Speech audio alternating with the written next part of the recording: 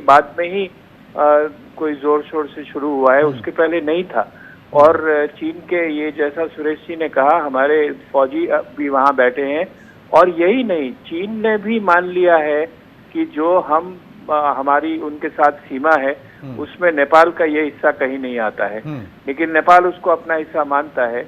तो ये कुछ हद तक देखिए, वहाँ कम्युनिस्ट सरकार है और चीन ये चाहता है कि अब वो सरकार उनके वश में रहे।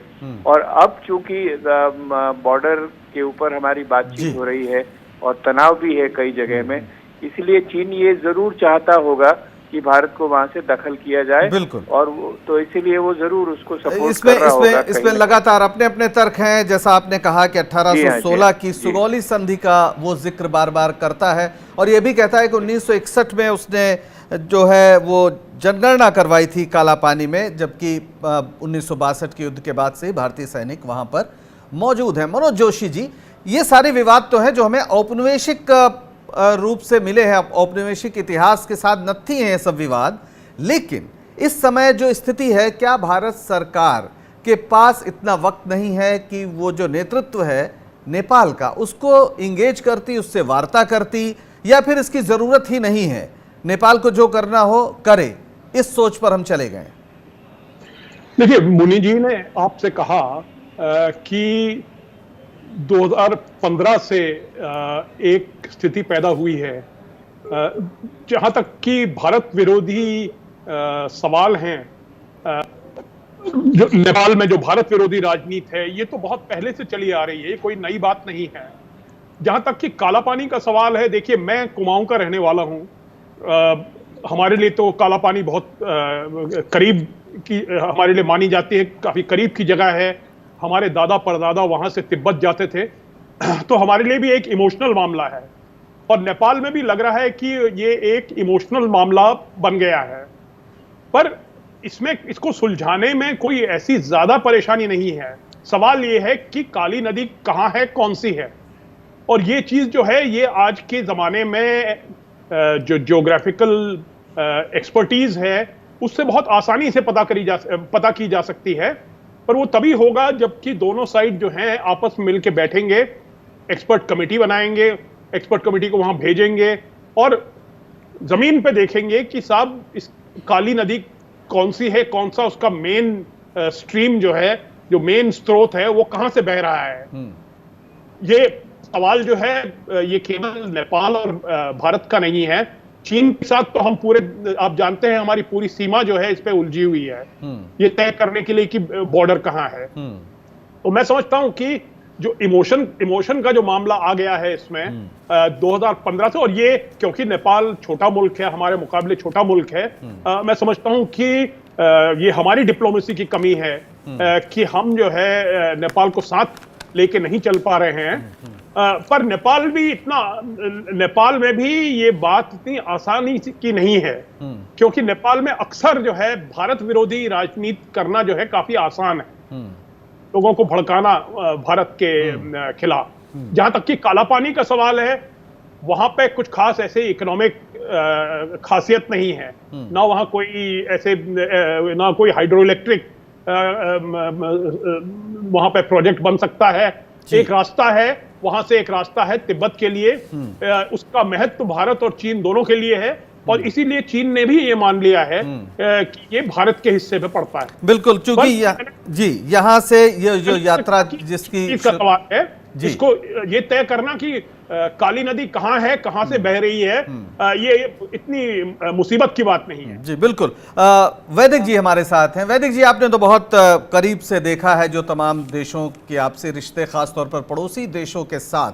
एक सड़क बनती है धारचूला से सीधे वो कालापानी तक या लिपुलेख दर्रे तक, जहाँ से अब कहा जाए तो जो पूरा जो रास्ता है मानसरोवर का वो बहुत करीब हो जाएगा, ऐसा कहा जा रहा है। बहुत से भारतीयों के लिए एक बहुत ही ये इमोशनल मसला है।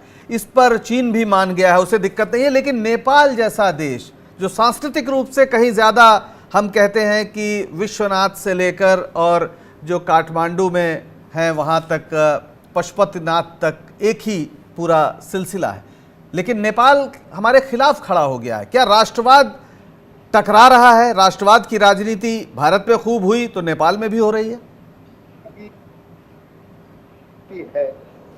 कम्युनिस्ट पार्टी नेपाल की, उसमें अंदर दंगल चल रहा है और उस दंगल की वजह से, हेलो जी आप बोले, आवाज आ रही है। नेपाल सत्तारूढ़ पार्टी में जी अंदरूनी दंगल चल रहा है। केपी ओली प्रधानमंत्री हैं और पुष्पकमल दहल पार्टी के अध्यक्ष हैं। दोनों में खींचतान चल रही है, दोनों एक दूसरे पर दबाव डाल रहे हैं। तो वो इसका इस्तेमाल कर रहे हैं कि कोई भारत विरोधी मुहिम खड़ी हो जाए। और जो 1816 की सुगौली की संधि हुई थी, उसमें हमारे साथियों ने, डॉक्टर मुनि ने और प्रोफेसर जोशी ने बहुत ठीक बात कही कि उस संधि की व्याख्या, यानी उसमें काली नदी कौन सी है और कहाँ से शुरू होती है और उसके तट से भारत की सीमा शुरू होती है या जहाँ से उसका स्रोत है, पानी जहाँ से आ रहा है, झरना आ रहा है, वहाँ से शुरू होती है। इन बातों पर बहस की जरूरत है। लेकिन कुल 35 किलोमीटर की जगह है जिसको भारत सरकार ने पक्का कर दिया है। 3-4 किलोमीटर और पक्की होना बाकी है। अगर वो पक्की हो जाए तो मैं समझता हूँ कि कोई दिक्कत नहीं है। नेपाल क्या चाहता है? नेपाल जो चाहे भारत को उसे दे सकता है, उसको प्रसन्न कर सकता है। लेकिन ये अगर नेपाल इसको राजनीतिक विवाद बनाएगा तो वो खुद बहुत परेशानी में पड़ जाए। क्योंकि जैसा डॉक्टर मुनि ने कहा कि उस जमाने में कोई नक्शे वगैरह बनाने की हैसियत नेपाल के पास थी नहीं। अंग्रेजों ने जो नक्शे बनाए उसके हिसाब से तो ज़मीन हमारी है। और 1962 तक नेपाल को भी कोई एतराज़ नहीं था। 1962 में पहली बार नेपाल ने एतराज़ किया। और अब नेपाल के लिए एक बहुत ही एम्बेरेसिंग चीज़ ये भी है कि चीन ने उसको भारत की ज़मीन स्वीकार किया है अप्रत्यक्षता। क्योंकि जो 2015 में भारत और चीन के बीच समझौता हुआ है, वहाँ से व्यापार आदि का आने और जाने का, उसमें चीन ने मान्यता दी है कि वो भारत की जमीन है। जी तो नेपाल के लिए ये भी एक परेशानी का कारण हो सकता है। बिल्कुल। तो कुल मिला के आंतरिक राजनीति जो नेपाल की अपनी आंतरिक राजनीति है, वहाँ जो खींचतान चल रही है, जैसे वहाँ की कम्युनिस्ट पार्टी के बीच में, जैसा बताया वैदिक साहब ने, और इसके अलावा तमाम राष्ट्रवाद के नारों से अपने को ज़्यादा बड़ा राष्ट्रवादी साबित करने की जो परंपरा हम अन्य देशों में भी देखते हैं, भारत समेत, वो नेपाल में भी है। इसके दूसरे पहलुओं पर बात करेंगे एक छोटे से ब्रेक के बाद।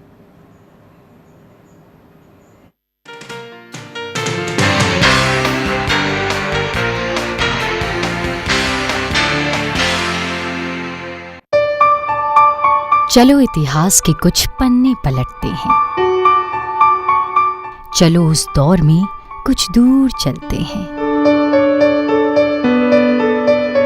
हो बात ग्वालियर की या हो कहानी मुमताज की, बेगम नवाब की झलकियां या हो बात काले ताज की,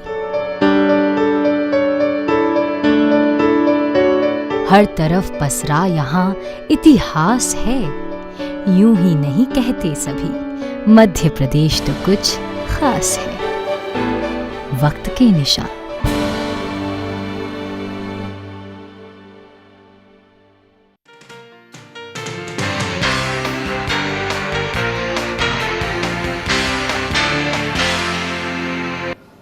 ब्रेक के बाद राजनीति में आपका एक बार फिर स्वागत है। आज हम बात कर रहे हैं कि आखिर नेपाल में भारत के खिलाफ प्रदर्शन क्यों हो रहे हैं।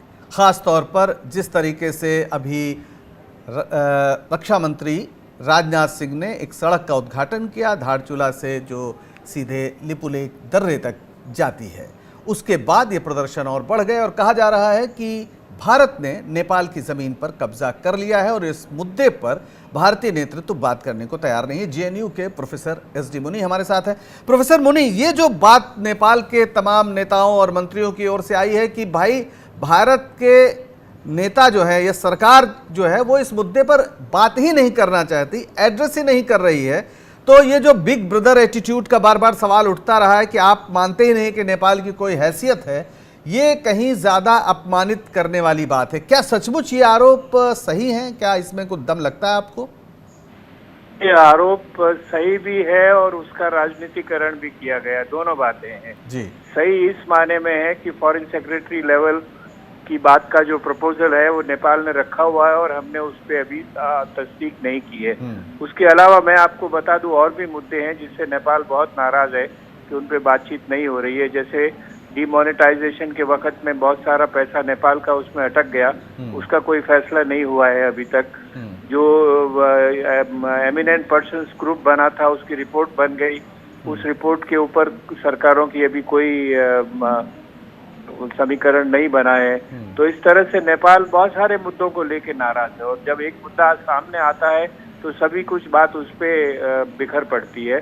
तो ये दोनों ही बातें हैं कि एक तो हम बात नहीं कर रहे हैं इस बॉर्डर के मामले पर पिछले कुछ समय से, ये बात सही है नेपाल की, ये है कि नेपाल में इसका राजनीतिकरण किया जा रहा है, चाहे वो आंतरिक जो पार्टी में विरोध है उसकी वजह से हो या जो नेपाल का राष्ट्रवाद भारत मुखी हो गया है उसको बना दिया गया है। जैसे मैंने कहा पहले से भी होता था लेकिन 2015 से ज्यादा सशक्त हो गया है क्योंकि वो बॉर्डर में जो इकोनॉमिक ब्लॉकेड हुआ उसकी वजह से वहाँ का आम आदमी इफेक्ट हुआ और सबको लगा कि ये भारत की वजह से हम तंग हैं।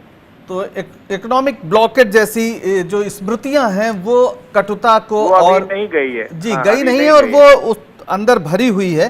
गोयल साहब, आपको क्या लगता है कि ये जो बात हो रही है नेपाल की ओर से कि आप बात ही नहीं कर रहे हैं, आप इस प्रॉब्लम को एड्रेस ही नहीं कर रहे हैं, क्या ऐसा नहीं लगता कि इस पूरे खित्ते में खास तौर पर चीन के पक्ष में ये बात जाती है कि नेपाल अगर भारत से दूर होता है, क्या इस पे गंभीरता से सोचने की जरूरत भारतीय सत्ता प्रतिष्ठान को नहीं है?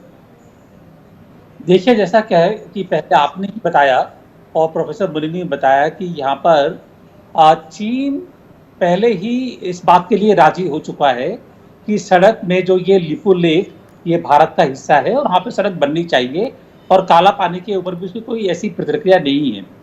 हमें एक बात समझनी चाहिए कि आज का नेपाल ये 1990 का या 2000 का नेपाल नहीं है। नेपाल में एक जो राष्ट्रवादी नीति है कि हम बराबर के देश हैं, जो पहले का था कि नहीं हम भारत के साथ में है, भारत बड़ा भाई है, रोटी बेटी का संबंध है, वो चीज़ें धीरे धीरे परे हट रही हैं और हमको नेपाल से, अब नेपाल को हमसे जो बातचीत है वो बिल्कुल जैसे दो इंडिपेंडेंट नेशंस हैं जिनके हिस्टोरिकल जो कंटेक्स्ट है वो इतना भी महत्वपूर्ण के लिए नहीं रह गया है।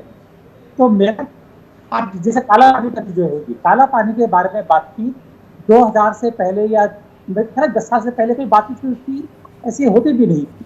तो हमको अब ये समझ करके कि नेपाल की अपनी एक राष्ट्रवादी नीति है, उसको ध्यान में रखते थे उनसे बात करनी पड़ेगी।